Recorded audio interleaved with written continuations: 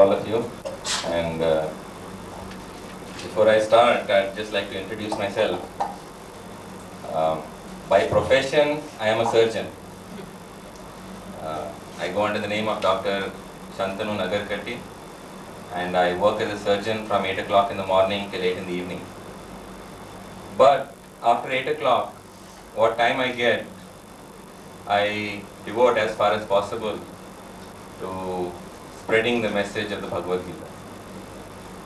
And to do this, usually in the last 8 days of the month, I conduct a comprehensive overview of the Bhagavad Gita called The Essence of the Bhagavad Gita and the Science of Self-Realization. And over 8 days I cover subjects like, does God exist? Is Scripture the Word of God? Who is God? Who am I? Why do bad things happen to good people? Learning to face death. You are what you eat. Different types of yoga. And how to differentiate between a genuine spiritual guide and a fake godman. And each of these lectures is 1 hour and followed by 1 hour of a slideshow. And for those people who have completed the course, I conduct lectures on the Bhagavad Gita chapter by chapter, verse by verse, every Thursday near Chowpatty at our Sri Sri Radha Gopinath Mandir. This course I have given practically all over the world, and I've gone to the Middle East and the United States. Last year I went to Africa and to Southeast Asian countries. And I was very fortunate that I happened to meet His Holiness Swami Chidanand when we were invited to speak together at a function. And due to his blessings, I am here today. Thank you very much for inviting me.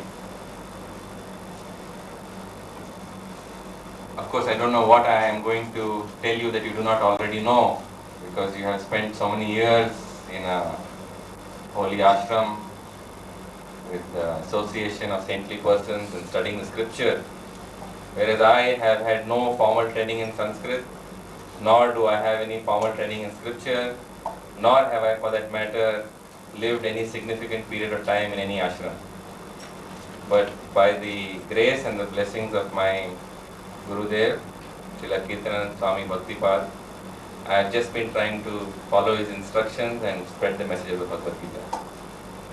So today I have been asked to speak on a subject, and the subject I have been asked to speak on is the subject of bhakti.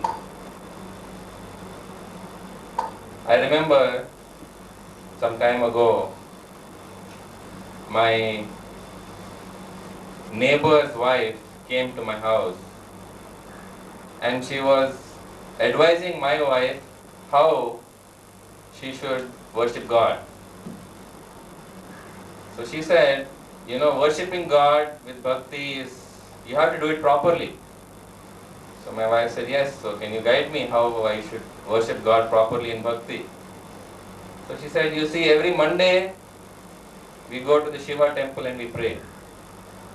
And every Tuesday I go to Siddhi Vinayak and I pray. And every Wednesday I go to Mahim church.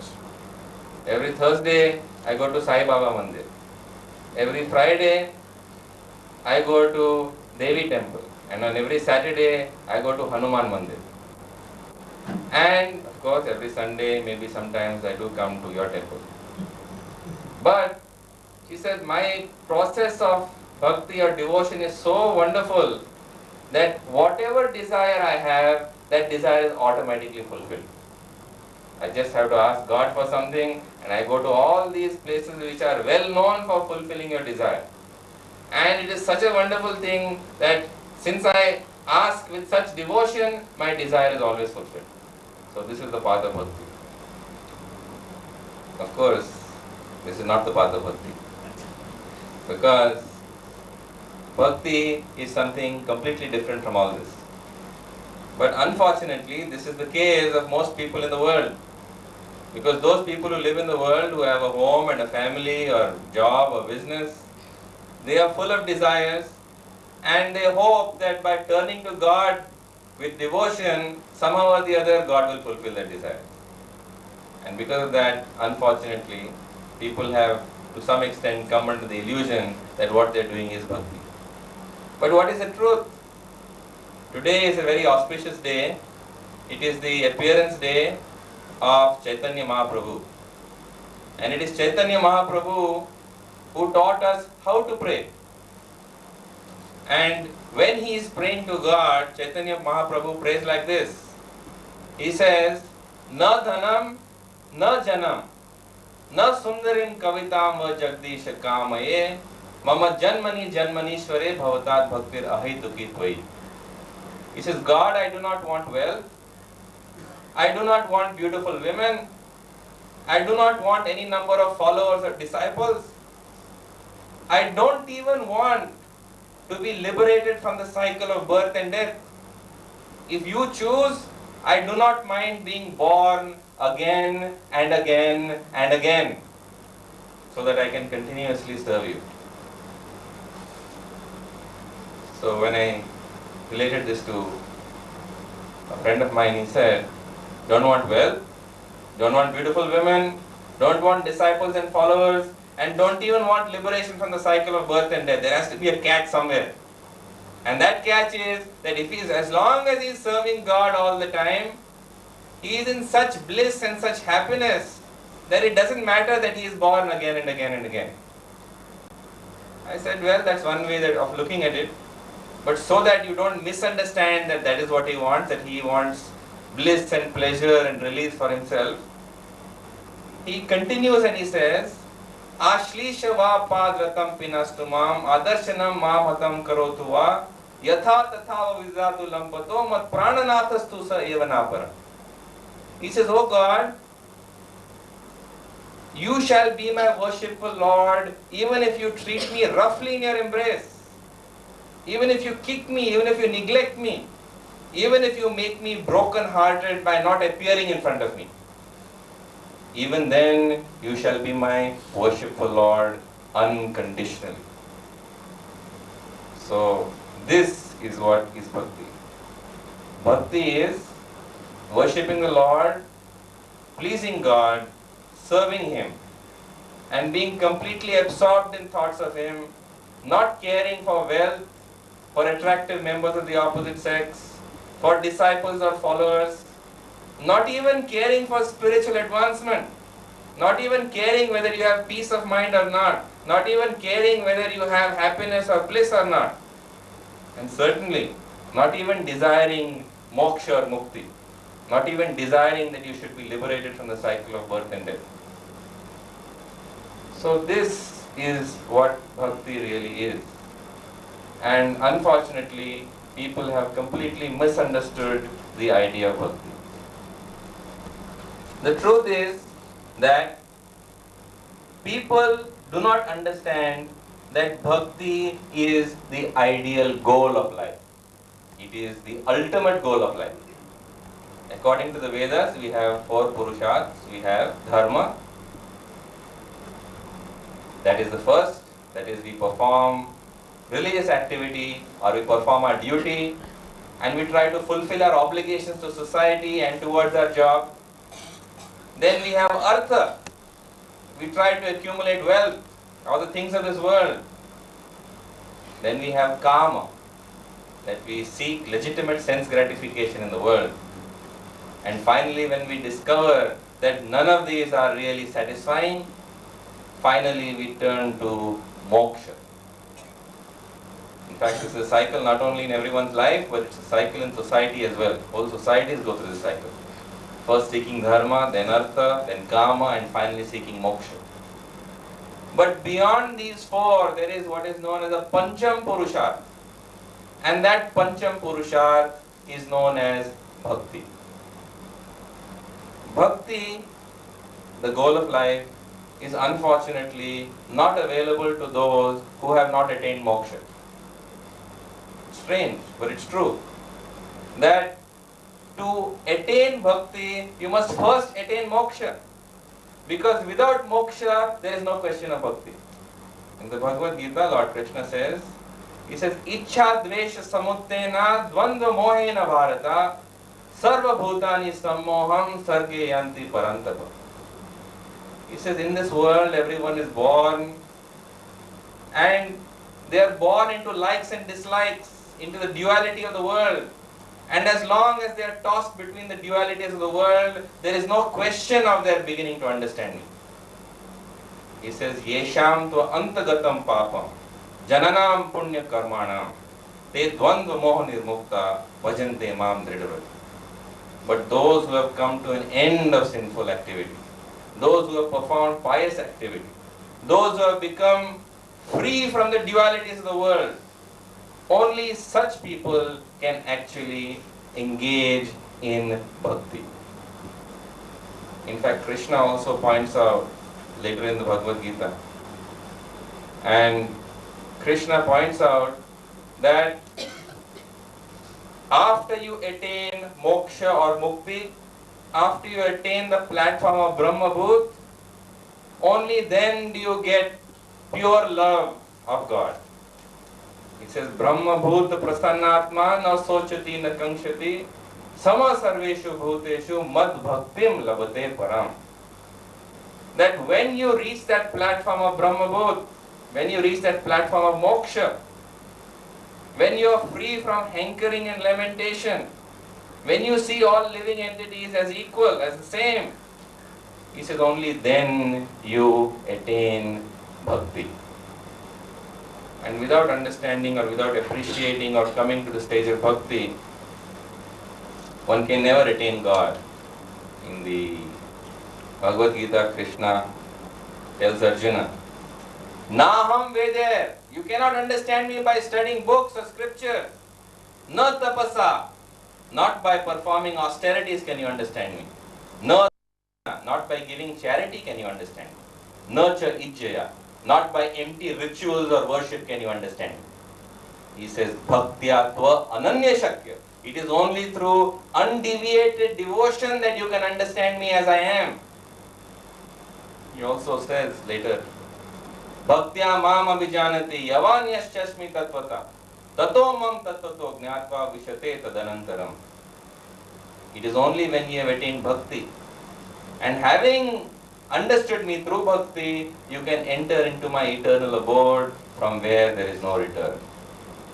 So just like today, if a student wants to join engineering college, or if a student wants to join medical college, that student has to pre-qualify. That is, the minimum they have to do is they have to pass the 12th standard HSC examination. And after they qualify with their HSC, then they are qualified to go to medical college or engineering college. Similarly, bhakti is attained only by those who are pre-qualified. And that pre-qualification for bhakti is that one first has to attain moksha. And after one has attained moksha, then one is qualified for bhakti. It's also said in the Bhagavad Puran that Atmaramasya Muniyo Nirgranta Apyu Urukarma Krame Kurvanti Ahitukim Bhaktim Ittam Bhuto Gunohari.